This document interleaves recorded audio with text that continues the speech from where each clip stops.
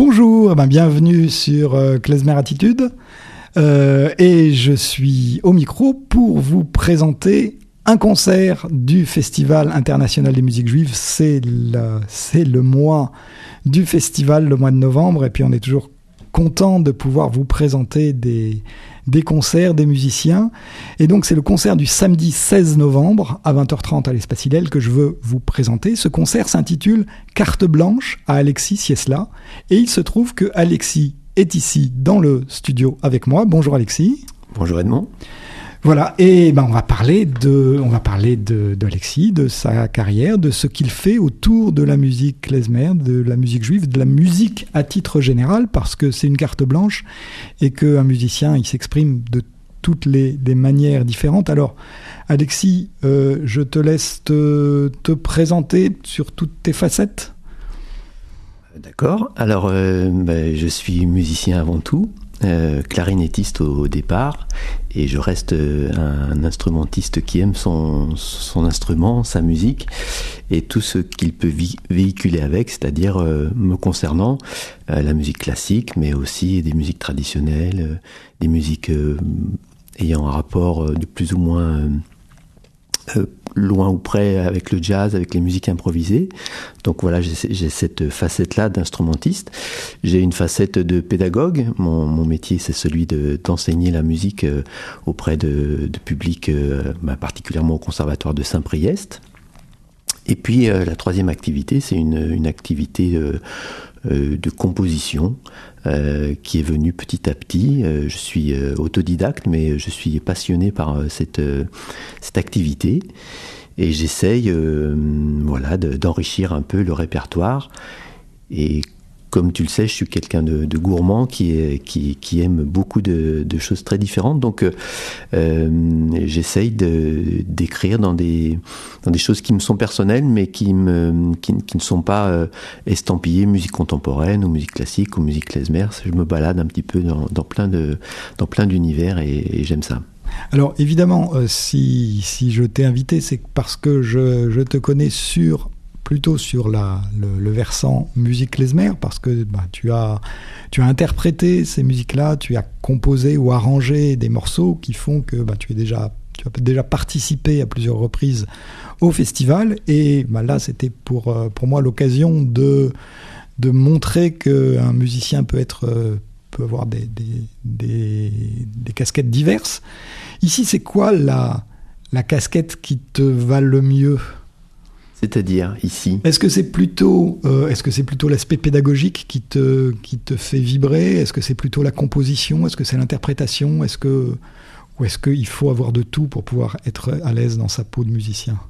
Je crois que tout est complémentaire, c'est un peu une évidence, mais c'est vrai que j'aurais pu, je crois, prétendre à une carrière d'instrumentiste uniquement, mais j'ai toujours aimé partager ce que j'avais appris.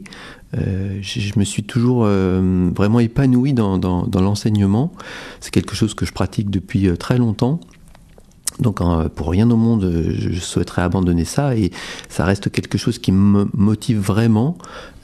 Proposer des choses nouvelles à mes élèves, être créatif, les embarquer dans des voyages un peu différents.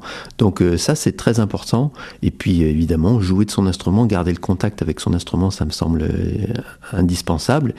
Et la troisième facette, l'écriture, devient aujourd'hui ce qui m'excite le plus, ce qui me donne le plus d'envie d'avancer et de continuer dans ce chemin musical. Alors, on va écouter un morceau qui permet de voir les différentes facettes. Ça s'appelle The Klezmer Freilach. Donc, c'est basé sur des musiques klezmer traditionnelles, mais réarrangées par Alexis, interprété à la clarinette par Alexis, avec des élèves du conservatoire, Alors, grands non, élèves. je me permets, non, c'est pas tout à fait ça, parce que là, dans ce qu'on va entendre, c'est un extrait d'une répétition, et donc d'un enregistrement d'une répétition, et là, c'est avec les instrumentistes à cordes, qui eux sont des musiciens professionnels, et également l'accordoniste, qui est un musicien professionnel. Donc, c'est des musiciens professionnels, voilà. Mais le même travail se fait avec les élèves, Et oui, ça, tout à fait. Voilà, ici, c'est c'est de la musique que j'ai réarrangée pour cette formation-là. Voilà, donc on écoute The Klezmer Freilach avec Alexis Ciesla à la clarinette et les musiciens que vous pourrez écouter ce samedi 16 novembre à 20h30 à l'Espace Hillel. Klezmer Freilach.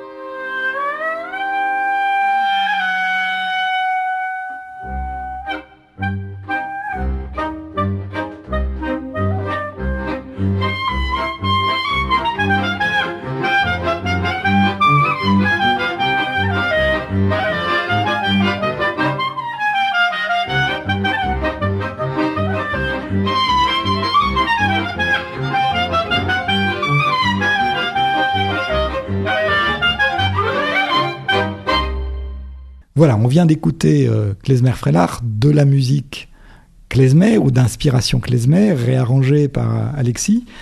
Alexis, est-ce que tu as un lien avec la culture juive ou est-ce que cet amour de la musique klezmer que tu fais passer à travers tes compositions notamment est lié uniquement à l'instrument ? Alors non, j'ai pas d'affinité particulière avec la culture juive et je n'y suis pas rattaché.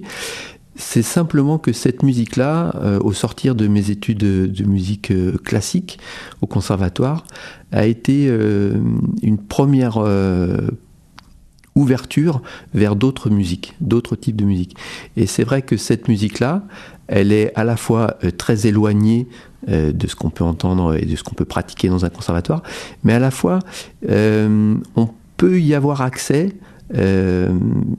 assez facilement, et la preuve en est qu'aujourd'hui avec mes élèves clarinettistes, on va vers cette musique-là, ils aiment ça, et il y a un passage assez direct en fait. Voilà, elle est technique, elle a si on veut évidemment creuser, on va aller vers des choses extrêmement pointues, et on connaît des groupes qui ont une science de cette musique-là, ce qui n'est pas mon cas. Moi, j'aime cette musique-là, je la pratique, mais pas en tant que hyper spécialiste.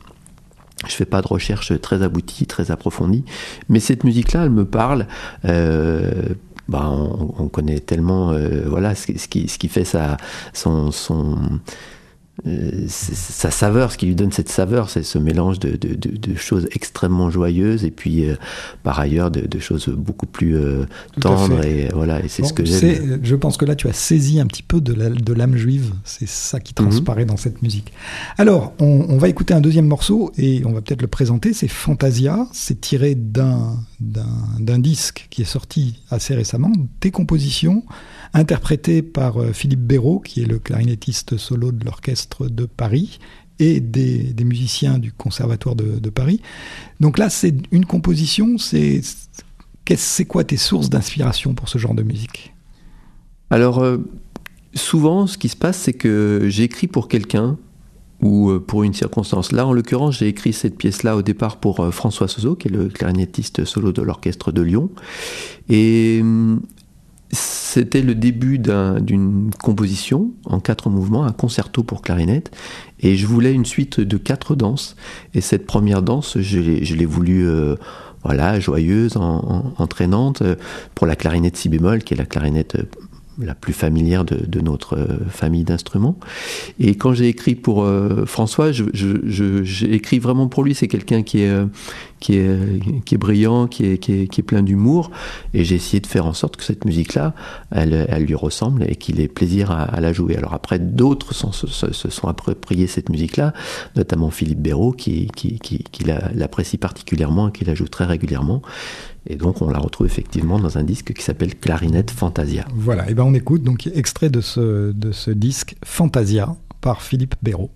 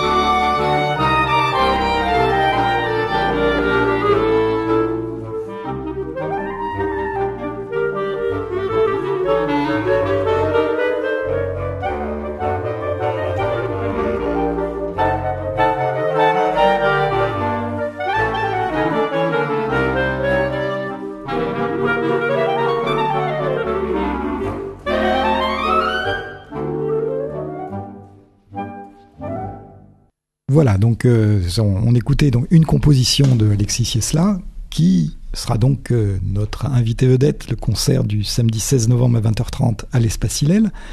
Alors, c'est quoi le programme de ce concert? C'est assez éclectique au final, puisque tu as des tas de possibilités. Ça sera quoi le programme du concert? Alors, le programme, on peut l'envisager sous différentes formes. On peut déjà parler des gens qui seront là. Donc, on l'a dit, il y aura un quatuor à cordes un peu particulier, puisque c'est pas le quatuor à cordes traditionnel, mais c'est contrebasse, violoncelle et deux violons. Il me semblait que la contrebasse c'était très important parce que c'est un instrument que l'on retrouve à la fois dans la musique classique, mais on peut évidemment retrouver dans les musiques traditionnelles et les musiques klezmer. Donc j'ai demandé à Anita Pardo de constituer ce groupuscule de cordes. Il y aura mon accordéoniste. Quand je dis mon accordéoniste, peut-être parce que je travaille souvent avec lui, c'est Jean-Luc Brunetti, dans le cadre d'un duo qu'on a, qui s'appelle Le Chant des Anges. Et puis la troisième facette, ce sera les élèves du conservatoire, mes grands élèves du conservatoire de Saint-Priest.